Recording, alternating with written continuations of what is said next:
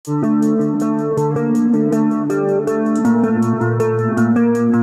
জীৱনক সহায়ৰ হাত আগবঢ়োৱাৰ মহান ব্ৰত লৈ মঙলবাৰে মৰিগাঁও আগশাৰীৰ মাৰুতি উদ্যোগ RD মটৰ্ছ মৰিগাঁৱৰ উদ্যোগত আৰু শ্বহীদ তিলক হেমৰাম গুণাভিৰাম অসামৰিক চিকিৎসালয়ৰ মৰিগাঁও ৰক্ত ভাণ্ডাৰৰ পোনপটীয়া সহযোগত অনুষ্ঠিত হৈ যায় এক বিশাল স্বেচ্ছামূলক ৰক্তদান শিবিৰ। এই মহৎ কাৰ্যত অংশগ্ৰহণ কৰিবলৈ উদ্যোগৰ কৰ্মচাৰীসকলৰ লগতে স্থানীয় ৰাইজেও স্বতঃস্ফূৰ্তভাৱে ভিৰ কৰিলেহি। তেওঁলোকৰ মতে এই ৰক্তদান কেৱল এক দান নহয়, ই প্ৰকৃততে এটা জীৱনলৈ আশা কঢ়িয়াই অনা এক মহামূল্যৱান অৰিহণা। শিবিৰটো সুকলমে পৰিচালনা কৰাৰ ক্ষেত্ৰত শ্বহীদ তিলক হেমৰাম গুণাভিৰাম অসামৰিক চিকিৎসালয়ৰ ৰক্ত ভাণ্ডাৰৰ বিশেষজ্ঞৰ দলটোৱে বিশেষ ভূমিকা পালন কৰিলে।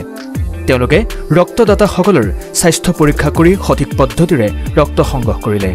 এই শিবিৰৰ মূল উদ্দেশ্য আছিল চিকিৎসালয়ৰ ৰক্ত ভাণ্ডাৰত বৰ্তি থকা অভাৱটো কিছু পৰিমাণে পূৰণ কৰা আৰু জৰুৰীকালীন সময়ত ৰোগীসকলক সহায় কৰা। আজি এটা বৰ শুভ দিন। আমি মৰিগাঁও অসামৰিক চিকিৎসালয়ে RD মটৰ্ছৰ চেম্বাৰত এটা ব্লাড ডোনেশ্যন কেম্প আমি অনুষ্ঠিত কৰিছোঁ। তেওঁলোকৰ যিজন বছ CEO বিশাল আগৰৱালাৰ জন্মদিন উপলক্ষে তেওঁলোকে কেম্পটো আজি 3 বছৰ ধৰি পাতি আহিছে। এইবাৰ তৃতীয় বাৰ্ষিক তেওঁলোকৰ ব্লাড ডোনেশ্যন কেম্পটো।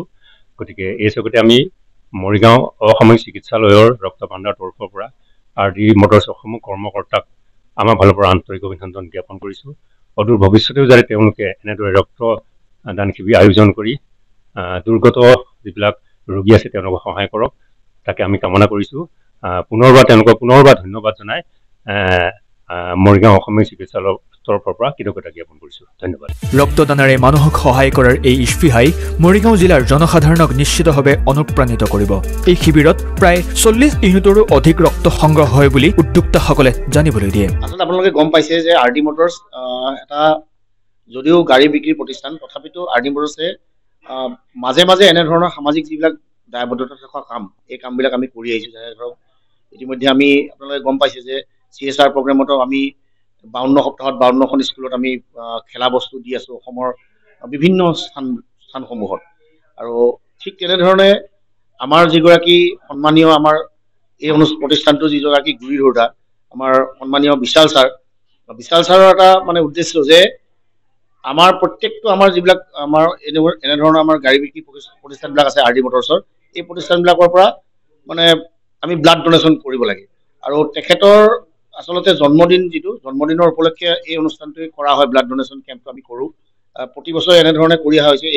এইবাৰ আমাৰ মৰিগাঁৱত 4 নম্বৰ বৰ্ষ, আৰু এই 4 নম্বৰ বৰ্ষটো আমি তেখেতৰ ইতিমধ্যে জন্মদিনটো পাৰ হৈ গৈছে যদিও তথাপিতো এই তেখেতৰ জন্মদিনৰ উপলক্ষে যিহেতু আমাৰ এই অনুষ্ঠানটো কৰা হয় যে ব্লাড ডোনেশ্যন কেম্পটো, সকলোৱে গম পায় যে আচলতে ৰক্তদান মহান দান, আৰু এই মহান দান কৰিবলৈ আমাৰ কৰ্মীসকলেও ঠিক তেনেধৰণে ওলাই আহে।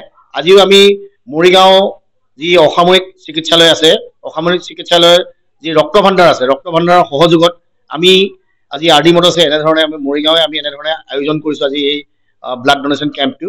আৰু এই কেম্পটোত ইতিমধ্যে আমাৰ প্ৰায় 30জন আমাৰ যি কৰ্মী আছে, 30জনে ইতিমধ্যে ৰেজিষ্ট্ৰেশ্যন কৰি ব্লাড দিবলৈ সাজু হৈছে। আজি যিটো গম পাইছোঁ আমাৰ আজি এই কেম্পটোত অতি কমেও আমি 35টা ইউনিট দিবলৈ আমি সক্ষম হ'ম, আৰু এই 35টা ইউনিটে 35জন মানুহক সহায় কৰিব বুলি আমি আশা ৰাখিছোঁ।